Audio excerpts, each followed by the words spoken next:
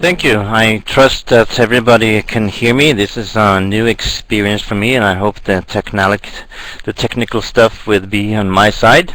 I just want to thank Jay Hunt for organizing this, and Claire Metelitz for inviting me to do this talk. I'm going to talk about Salafism in Africa. I'm not a political scientist, so I'm not going to delve into all the issues of political development, security implications, and so on. But I want to talk a little bit about Salafism as a phenomenon, a movement, and its expressions in Africa. And it's important to emphasize that when we talk about Salafism, whether in Africa or elsewhere, this is not a monolithic or homogeneous movement. It is written by internal fractions and disagreements, and also when we talk about the recent developments as we see in the Sahel and so forth, my argument is that this is not a major feature of Salafism in Africa.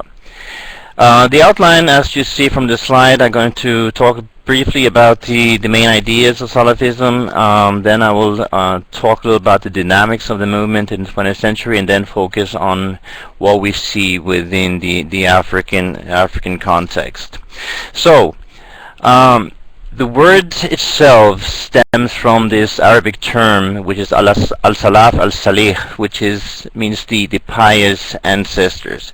So, the main point is looking back to the time of the four caliphs and the initial period of Islam, which then was seen as the golden age of the religion, where everything was performed, where religion was practiced in its pure sense.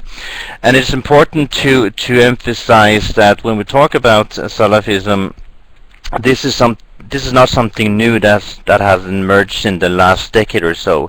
The notion of purity is something which goes back far in Islam, that this constant focus on maintaining religious purity is something inherent to what we can call Salafism.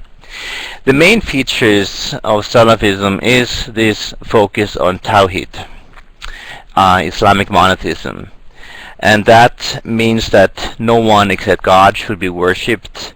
And as opposed to this notion of Tawheed is that the issues of bid'ah, which is innovations in Islam, and then to associate anything with God would then be to commit shirk.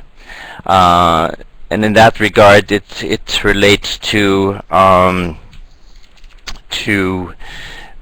practices within Sufism, veneration of so-called Muslim saints and so on, which then is seen to compromise this notion of Tawheed. So all kinds of celebrations related to Sufism would then be seen to be shirk, and consequently the one who engaged in such would be then seen as a deviator from the Salafi idea of Islam. Also, it is clearly literalist in the way that scripture is highly emphasized. Scripture is the only source to religious knowledge, and anything which doesn't have its could be based upon scripture would then be seen to be innovations. So everything is going back to scripture, and both the Quran and the Hadith, the Islamic traditions, are scrutinized constantly in order to see whether one is in par with the Islamic ideas.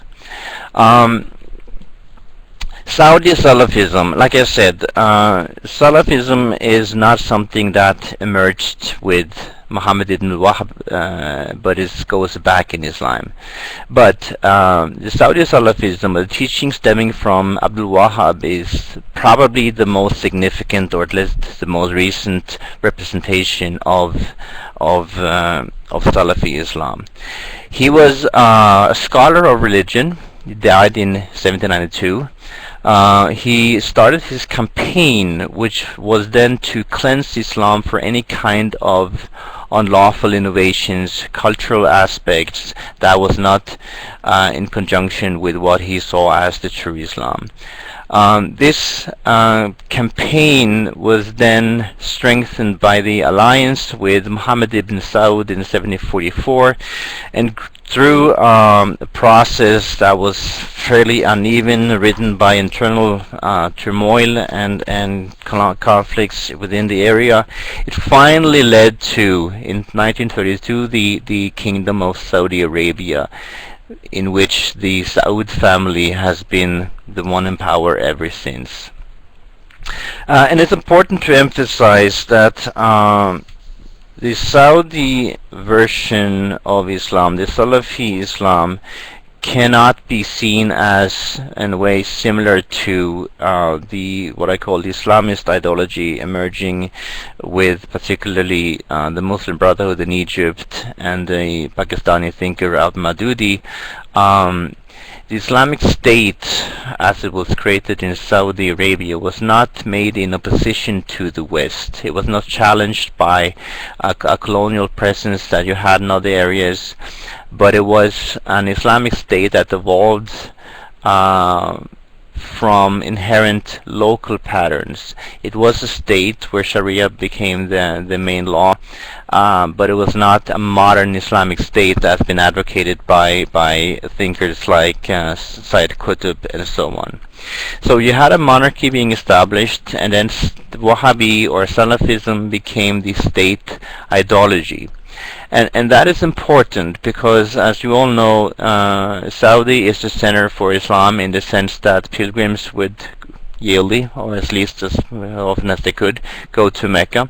And as this Salafi thinking was established in that area, it came to influence pilgrims arriving from other parts of the world, including Africa.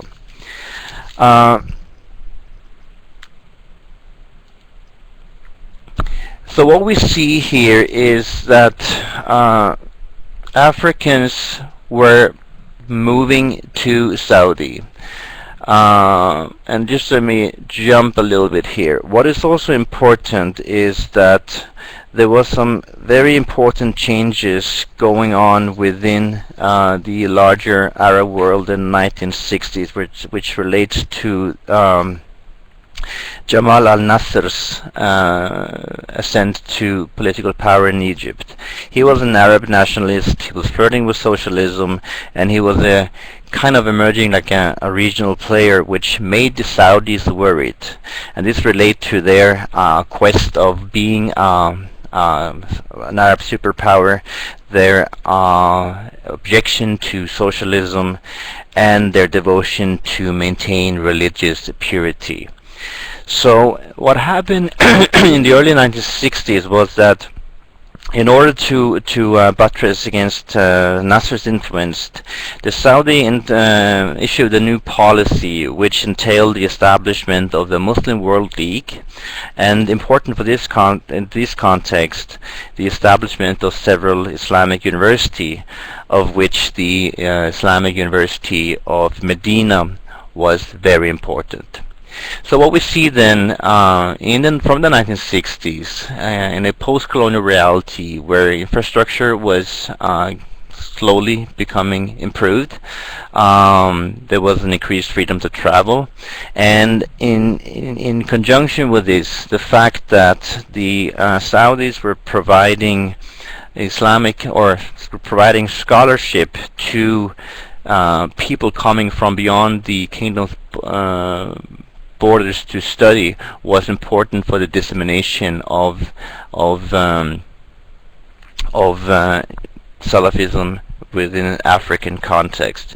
So my point, what I'd like to underline here is that even from the early years of Salafi history in Africa, is that While we may have seen some Saudi investments in terms of religious infrastructure, schools and mosques and so on, the crucial actors were the Africans themselves. We haven't seen a great extent of Saudi missionaries traveling into African context. It was more about the what I call the returnees, people who were studying in Saudi, who were exposed to the ideas, and then gradually were disseminating these ideas into their respective local context. So we see that from the 1960s, 70s, and 80s, that movements in various parts of Africa starting to try to purify Islam, try to cleanse or try to correct existing practices. They were combating the influence of Sufi brotherhoods, and of course this created a lot of tensions within the local areas. But again, it's important to emphasize that this was not of a major political character. We don't see any of these movements particularly politically engaged. They were focused on religious reform. They were focused on educating. They were focused on limiting the influence of the Sufis and tried to advocate an Islam that they thought would be the correct one. And I don't know if you know, the most known movement here would then be the Salah movement that was formally established in 1978. However, we have the main ideological figure here, Abu Bakr al-Gummi, that was active from the late 60s. To add to the complexity, if I may, just to say something about the relationship between Salafism and Islamism. Like I said, I'm defining Islamism in a way different from Salafism in the way that I see it as related to the Muslim Brotherhood in Egypt, established in the 1920s. The main figure here was Hassan al-Banna, and he was one that started the Muslim Brotherhood as a social movement. It was clearly anti-colonial, trying to get the British out, and was not politically in the sense that it later evolved to. And the main figure here then is Said Qutb, who was killed by Nasser in the 1960s. He was the one that was more turning the Muslim Brotherhood into a political direction by advocating the Islamic State and then arguing for the overthrow of what he called corrupt, un-Islamic local regimes. So he defined governments within the Arab world, post-colonial governments like Nasser's regime, as un-Islamic, and hence it was legitimate to overthrow them. And of course, this radical position brought the Muslim Brotherhood into conflict with Nasser in the 1960s.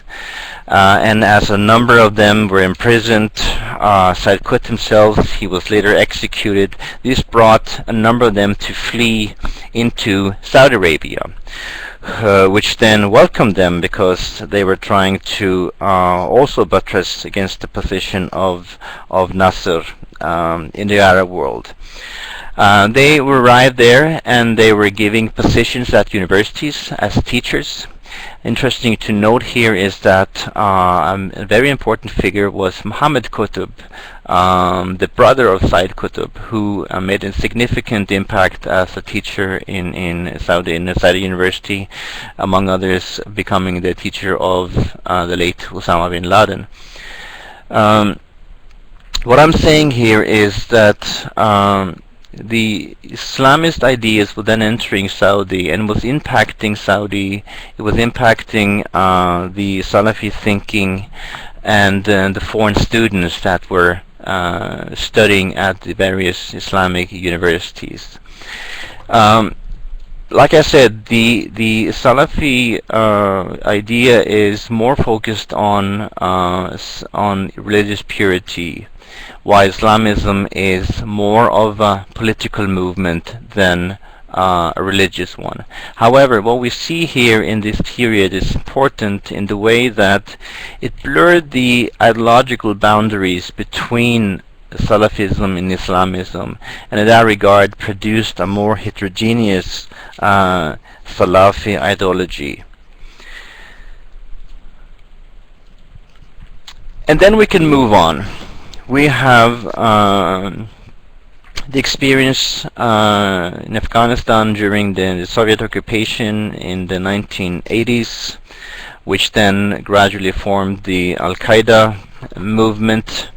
We also see that in the wake of this, Salafism becoming increasingly fragmented, with a plethora of ideas and preachers, and what we see here is, at the same time that they were trying to combat Sufism and inherent local practices, they were also stressing the issue of secularism and westernization, which were seen as a threat to particularly the young generation, as defiling their morality. So still we have this focus on purity, which then meant, on the one hand, to fight against local Sufi elements that has crept into Islam, and also to safeguard the young generation against what they saw as negative impacts from the West. And one interesting point here, I think, is worthy of stressing, is the change that came, which I call the politicization of purity. Previously, the main strategy, the main ideas of Salafism was to educate, to do dawah, which is to call people to the true Islam,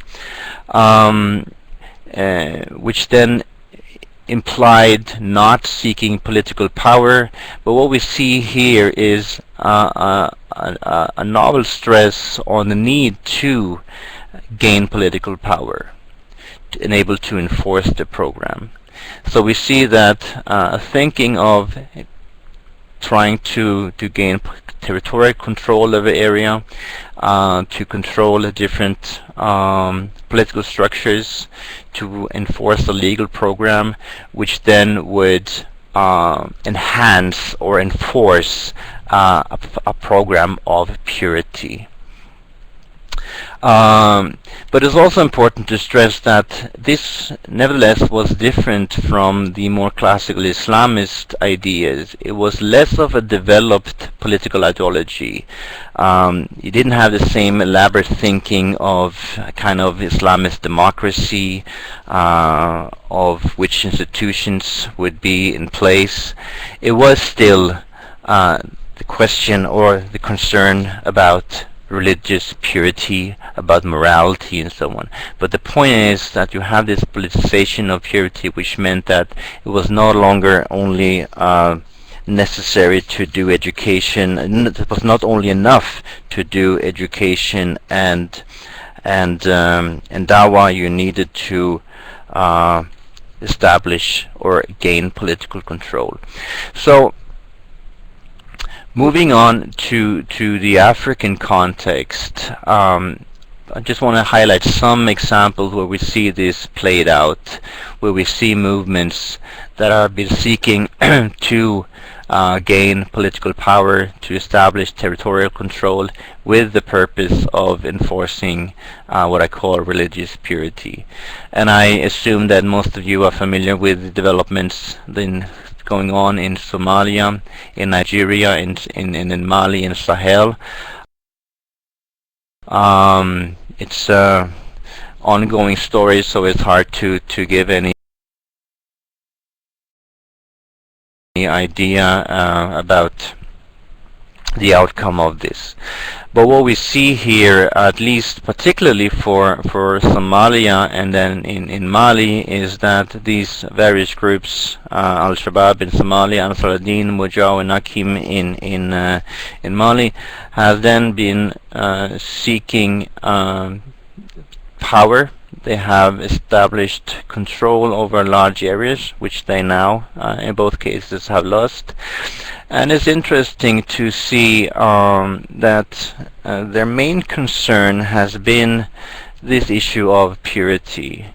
The Al-Shabaab in Somalia were quick to ban listening to so-called pop music. They even banned the watching of the soccer world championship.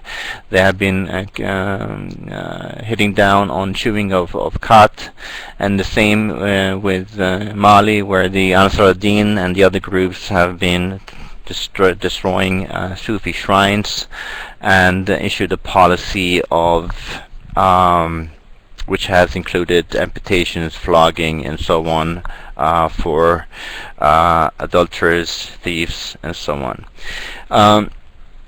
I believe, however, that the challenge for these movements are that they have spurred increasing security concern domestically and up to the global level, where they have been targets, as we all know, for military interventions, which then of course has severely reduced their capacity. What we'll also see is that although further information would be desirable, we do see that there is a great lack of support in the general population, and then also we see that their ability to govern has been limited. They have not been able to provide basic services for the population and so on, and that refers to this notion that they have foremost been concerned with what I with the risk of repeating myself, is that these movements represent exceptions. The majority of the Salafi movements in Africa are devoted to maintaining religious purity. They are devoted to Islamic reform, and has in many ways been opposed to political activism.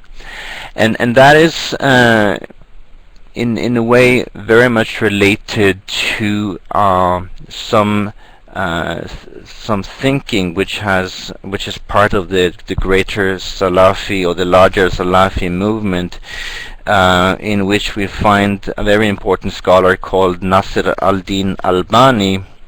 As the name tells you, he was initially from Albania. He was a hadith scholar, was teaching in Syria and later in Saudi Arabia for a short period, and then in Jordan. He was very critical to the teaching of Sayyid Qutb, saying that he was too much concerned with politics and not enough concerned with the doctrines. And he also said that his Sayyid Qutb's idea of political power and political strategies was a form of bid'ah. It was innovations that could not be traced back to the scriptures of Islam. His focus has been, or what he was advocating was education and dawah, in that way to Islamize the society. His argument was that when you don't have a population that are practicing the true correct form of Islam, it makes no sense to establish an Islamic state. You have to start bottom up, and then eventually one could have the establishment of an Islamic state. And then from him, a number of others of his disciples have been making clear impacts. One of them is a person called Sheikh Rabi al-Madkhali, who is teaching at the Islamic University of Saudi Arabia in Medina. He's been forwarding the same anti-Islamism, anti-Muslim Brotherhood ideas, focused on personal piety, moral, and so on. And we see that in various parts of Africa that these ideas have been disseminating. Just to give you one idea, from Sudan, a movement called Ansar al-Sunnah al-Muhammadiyah, which as far as I remember goes back to the 1930s.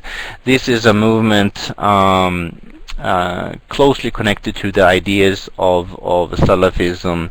It has been, when the National Islamic Front took power in '89, it was ardently opposed to that movement and refused to cooperate with them. And that was in part because Turabi and his party was more flexible towards cooperating with the strong Sufi brotherhoods in Sudan.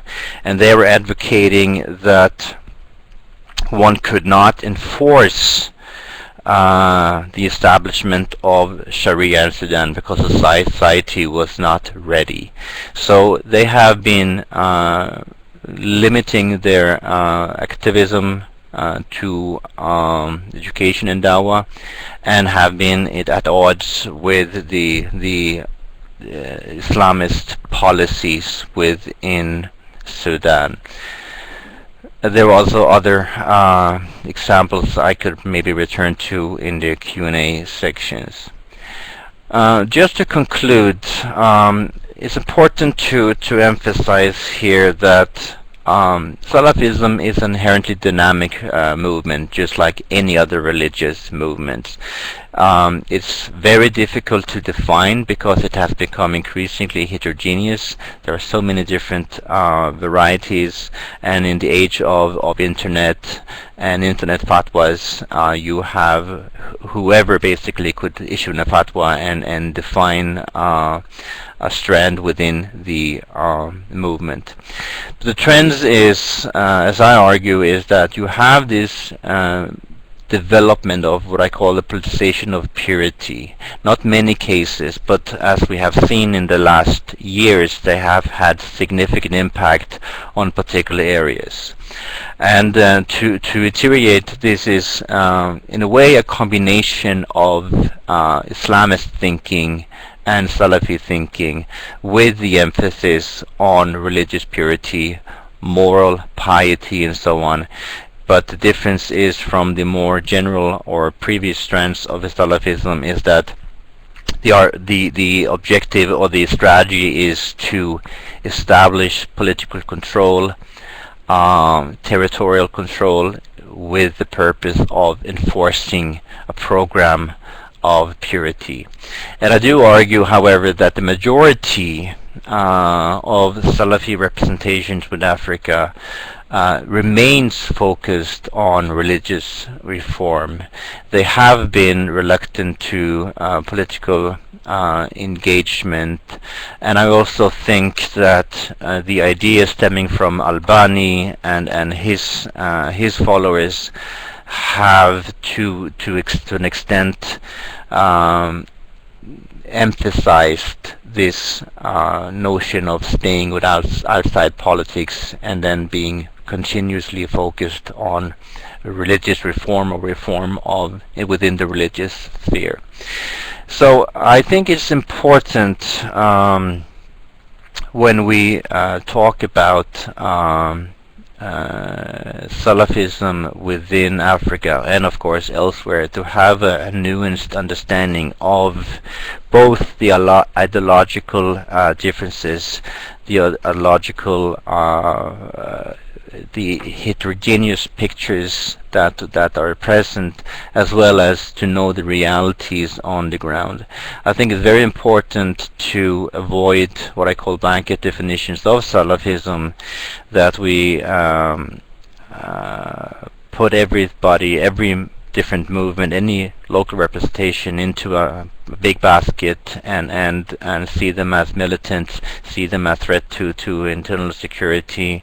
I think that would have possibly some negative impacts in a way of being a self-fulfilling prophecy, that when movements are labeled as militants, as violent, then they could easily turn into that direction, because it would mean that they would be marginalized, they would be stigmatized, and then you have a movement of increasing radicalism that, in the first place, I think could have been avoided. I think that's where I want to stop, and I'm ready to take any kinds of questions. Sure, and thank you again, sir, for this presentation. We have a pretty good audience. Well, here's a question for you. Is the Islam that we see in Mali and Sahel, at least the Al-Qaeda and Maghreb version, that has emerged, is that a product of local political tensions, or is this part of a larger Islamic revivalism?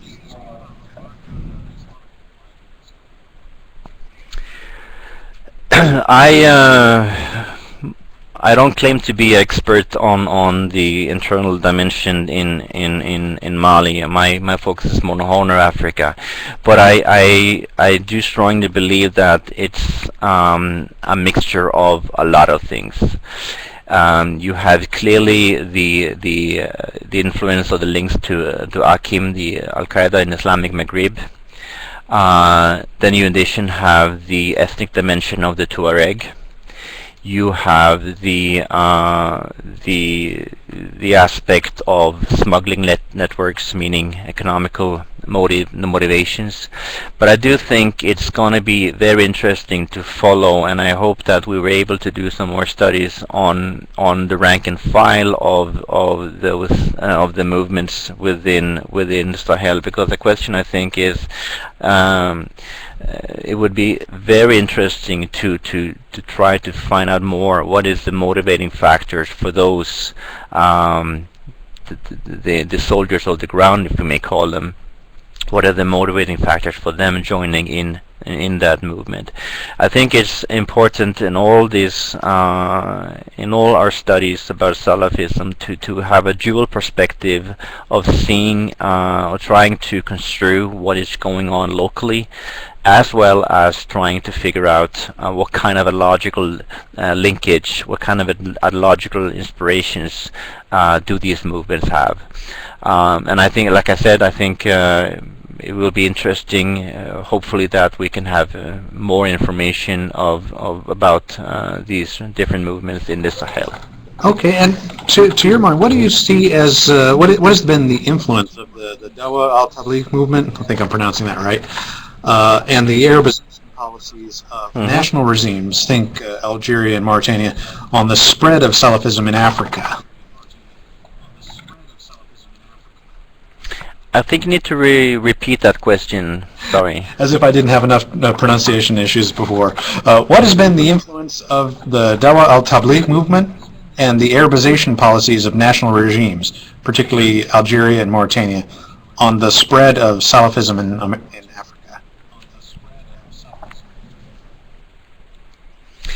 Yeah, that's a good question. The Tabligh movement is one of the, probably the largest so-called Dawa movement in the world, coming from India in the 1920s, and that has been taking a very clear apolitical stand, deliberately avoiding any kind of political engagement. However, its local representations tend to be a little varied.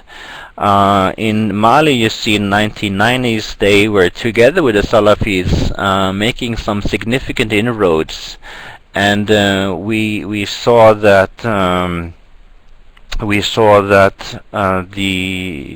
ones that has been engaged in Ansar al-Din, the leader there, he was once a follower of the Tabligh, and then later on he turned Salafi and so on. I think it's a mistake to juxtapose between Salafism and Tabligh. They are strong in many Western countries, and they're kind of working, under the radar, so we don't know, we don't focus too much on them. The Arabization, I'm not sure if that would be any major player here. I don't think that maybe the question could be elaborated, but I don't see this as something which has made any impact on the development. Okay, thank you. What do you see? Do you see the Boko Haram insurgency as reinforcing tensions between Salafism and Sufism?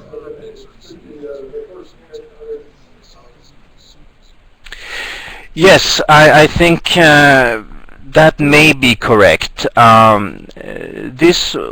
These tensions started way before with the Yanisala movement that I mentioned and Abu Bakr Gumi's teaching back in the 1970s.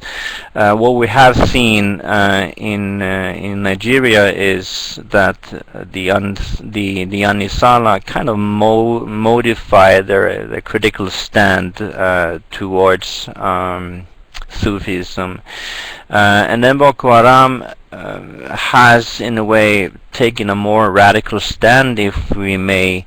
Yet also we see that they seem to be they have been more focused on questions concerning individual morality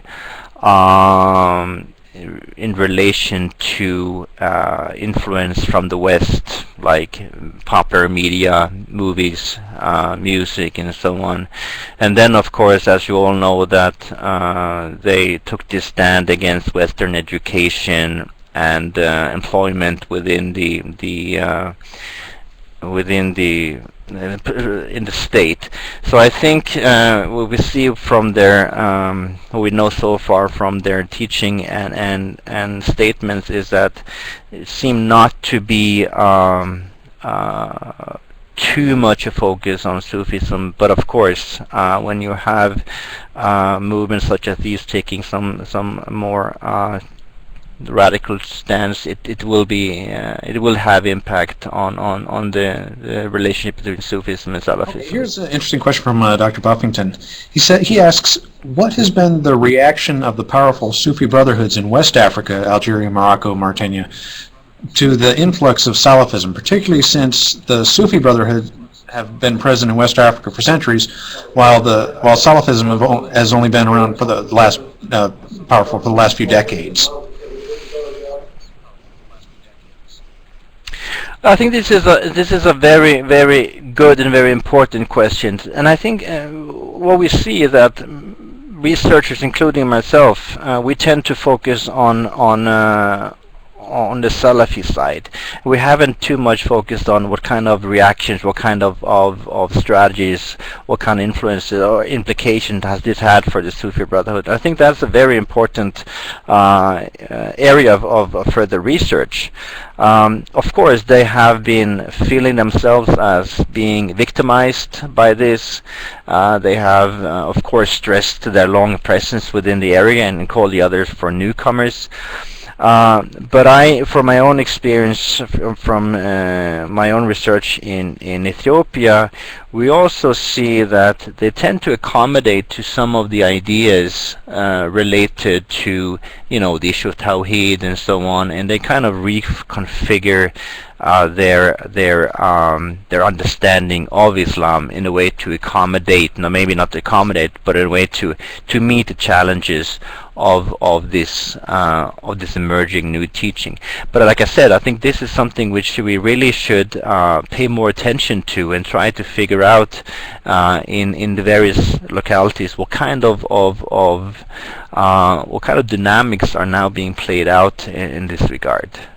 Okay, let me switch tracks here for a little bit. In regards to U.S. military engagement, what do you see are the imperatives or opportunities for U.S. military engagement in areas where Salafism is a factor in Africa?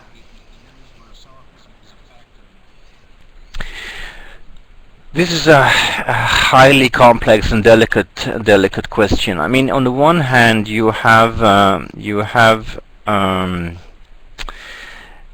the need to maintain security or to restore security in areas of unrest. At the same time, as we have seen with the French intervention in Mali, is that any kind of foreign Western intervention is easily read as, repetition of the Crusaders and so on. It kind of fueled the negative attitudes towards the West. So that is kind of the backside of such interventions. But I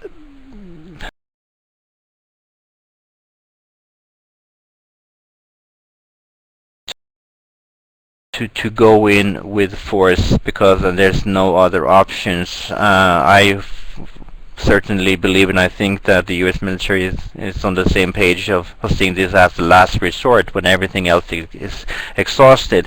But I do want to emphasize that we really have to know who we're dealing with. We need to get to gather information of what are the movements at play, what are the ideas at play, and try to have a nuanced and detailed understanding of the particular local realities.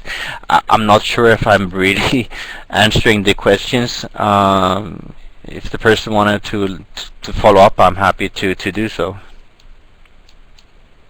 Okay, well, perhaps just this one more question, and this is from our own Dr. Clara Metellitz. She's our regional and functional scholar for Africa issues. Due to the complexities of Islam, the U.S. government and DoD officials in particular often lack a strong understanding of it in Africa. How do you suggest DoD officials come to a better understanding of Islam, particularly Salafism, in Africa? Do you have any particular readings or suggestions? Well, there isn't much research available, and it's hard to give some suggestion just offhand here.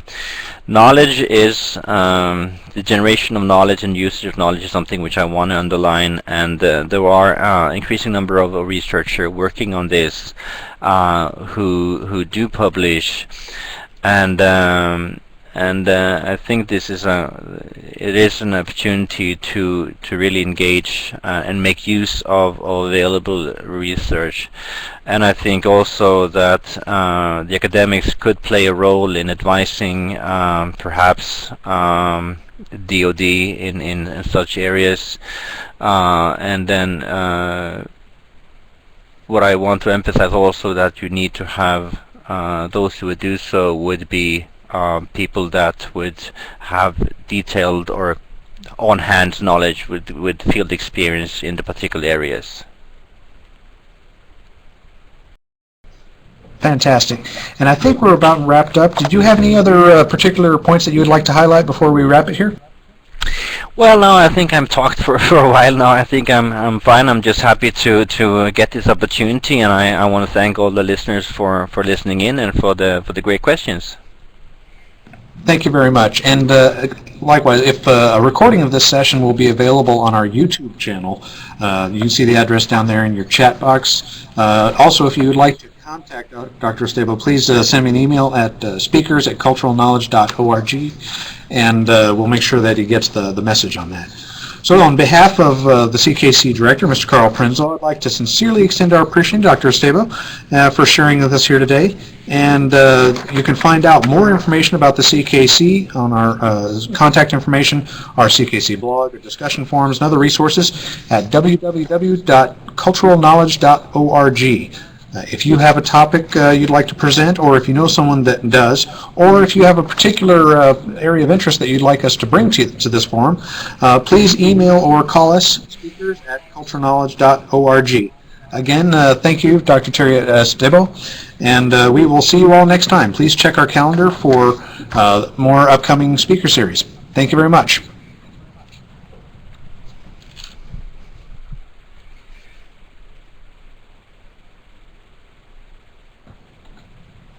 Have a great day, everyone.